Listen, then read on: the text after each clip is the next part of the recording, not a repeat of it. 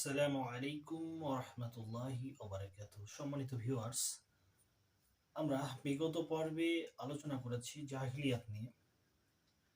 আজকেও আরো একটি জাহিলিয়াত, যেটি প্রবাহমান জাহিলিয়াত, বর্তমান সমাজে আমাদের এই সমাজের বুকে সেটি প্রচলিত রয়েছে।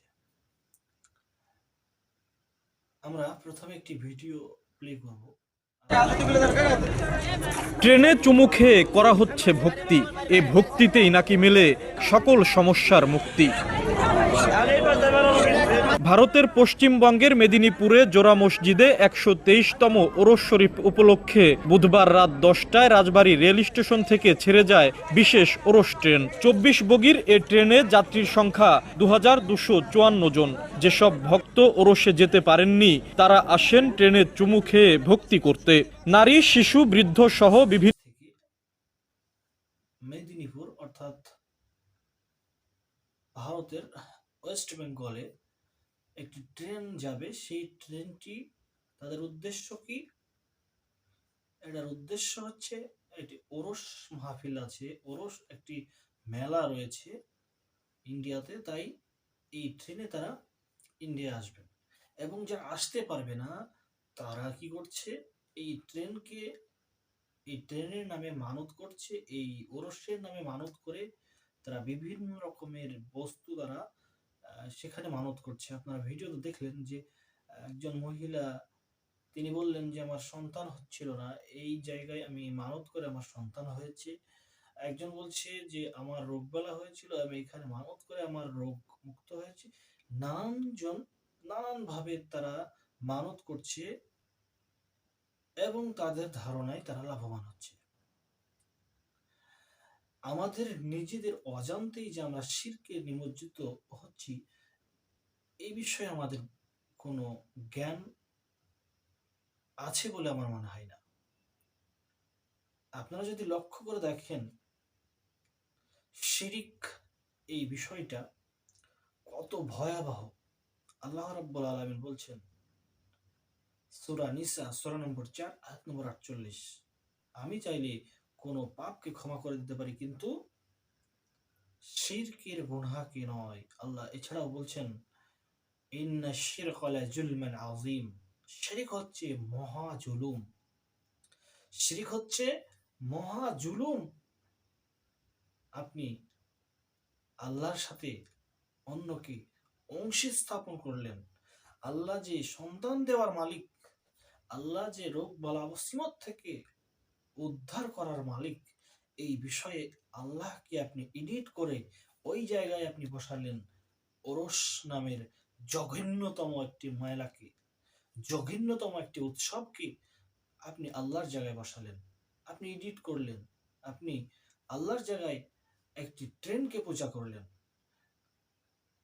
আপনার উচিত ছিল কোনো মসজিদে গিয়ে, আপনার উচিত ছিল একাকী সলাতের আল্লাহর কাছে প্রার্থনা করা, কিন্তু আপনি একটি যন্ত্রাংশ, একটি যানবাহনের কাছে আপনি মাথা নত করলেন, সিজদা করলেন। আপনি আপনার সমস্ত আমল বরবাদ করলেন বটে। আপনি যদি এই অবস্থায় মৃত্যুবরণ করেন, আল্লাহি আল্লাহর কসম, আপনি জাহান্নামে যাবেন, এতে কোনো সন্দেহ নেই। তো আমরা দেখি, তো চলুন আমরা দেখি যে শিরিক কিভাবে এই পৃথিবীর বুকে প্রথম উত্থাপন হয়েছিল। এই বিষয়ে আপনার যদি জ্ঞান থাকে, তাহলে আপনি এই সমস্ত এই সমস্ত যে কুকর্ম, এই সমস্ত যে আপনি শিরকের মধ্যে নিমজ্জিত হচ্ছেন, এই সমস্ত জঘন্য ওরস নামের যে মেলাতে আপনি মানত করছেন, আল্লাহর জায়গায় আপনি এই মেলাকে বসাচ্ছেন, এই বিষয়ে আপনার যদি জ্ঞান থাকতো তাহলে আপনি কোশ্চিনকালে এখানে আসতেন না। চলুন দেখি চলুন দেখি যে শিরিক কিভাবে উৎপত্তি হয়েছিল। নূহ আলাইহিস সালামের পরের নূহ আলাইহিস সালামের মৃত্যুর পরে অনেক বছর কেটে যাওয়ার পর, তার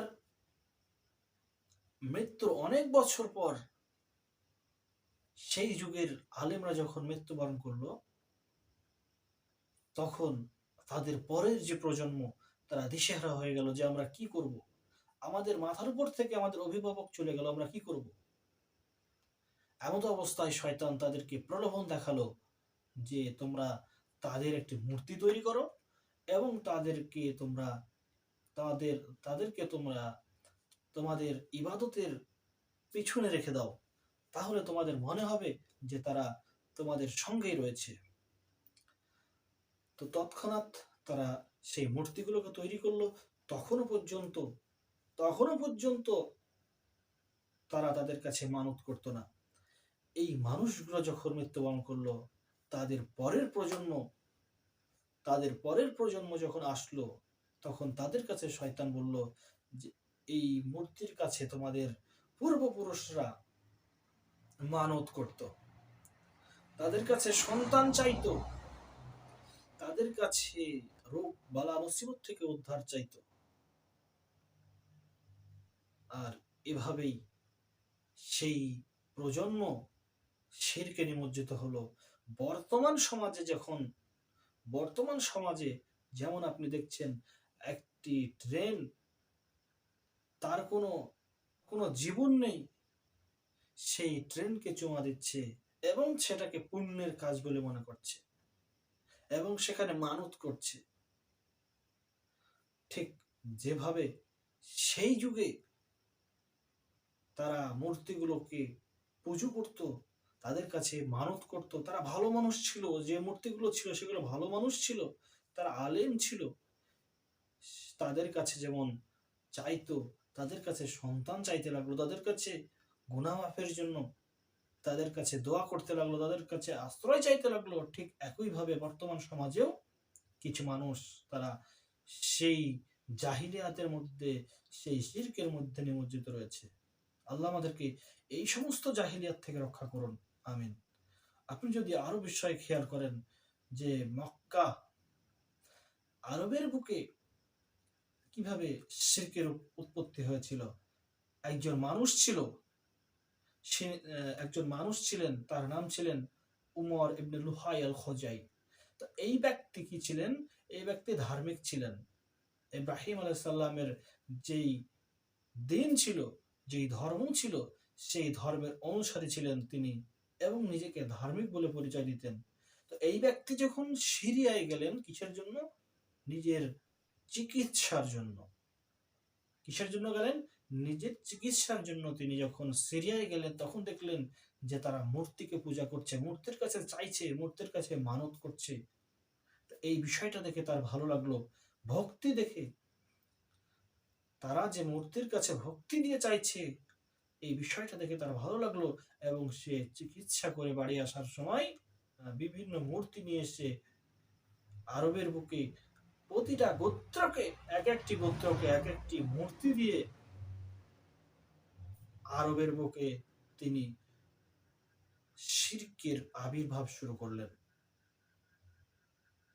তো রাসূল সাল্লাল্লাহু আলাইহি সাল্লাম আসার পর, তিনি মক্কাকে বিজয় করার পর, মক্কা এমনি বিজয় হলো না, তিনি মক্কা থেকে মদিনাতে হিজরত করতে হয়েছিলেন তাকে।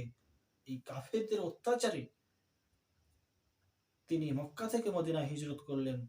পরবর্তী সময় যখন তিনি মক্কাকে বিজয় করলেন, এ কথাটি বলেছিলেন, এই আয়াতটি উচ্চারণ করেছিলেন, ওয়াকুল জাআল হক জাহাকাল বাতিল ইন্নাল বাতিলা কানা জাহুকা।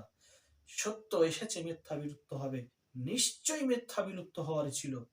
এই আয়াতটি তিনি পাঠ করছিলেন এবং মক্কার কাবার ভিতরে যে সমস্ত মূর্তিগুলো ছিল, এক একটি মূর্তিকে তিনি লাঠি দিয়ে আঘাত করে সমস্ত মূর্তিগুলোকে ভেঙে চৌচির করে দিয়েছিলেন এবং তিনি আরবের বুক থেকে, কাবার বুক থেকে শিরককে, মূর্তিকে ধূলিসাৎ করে দিয়েছিলেন। আর আমরা সেই নবীর উম্মত হয়ে, সেই মুহাম্মদ সাল্লাল্লাহু আলাইহি সাল্লামের উম্মত হওয়ার পরেও আজ আমরা ওরস মাহফিল বলেন, মাজার বলেন, সেখানে আমরা মানত করছি। একটি যন্ত্রাংশ, একটি যানবাহনের কাছে আমরা মানত করছি, আমরা সন্তান চাইছি, আমাদের রোগ বালা মুসিবত থেকে আমরা পরিত্রাণ চাইছি, আমাদের জাগতিক সমস্ত কিছু আমরা আমাদের এই যন্ত্রাংশ বা এই ওরস মাহফিল বা এই মাজারগুলোর কাছে আমরা চাইছি এবং পীর মাশাইখদের কাছে চাইছি, আল্লাহ আমাদেরকে এই সমস্ত থেকে হেফাজত করুক এবং হেদায়েত দান করুক। আমিন। আজকের আলোচনা থেকে স্পষ্টভাবে বুঝতে পারলেন যে বর্তমান সমাজেও আমাদের মধ্যে অনেক শিরক লুকায়িত রয়েছে, স্পষ্ট এবং গোপন। এগুলোকে আমরা সম্পূর্ণ পরিহার করব এবং সঠিক ইসলামকে বোঝার চেষ্টা করব এবং মানার চেষ্টা করব ইনশাআল্লাহ। আজকের মতো আলোচনা এই পর্যন্ত। পরবর্তী আলোচনা দেখার আমন্ত্রণ জানিয়ে শেষ করছি। আসসালামু আলাইকুম ওয়া রাহমাতুল্লাহি ওয়া বারাকাতুহু।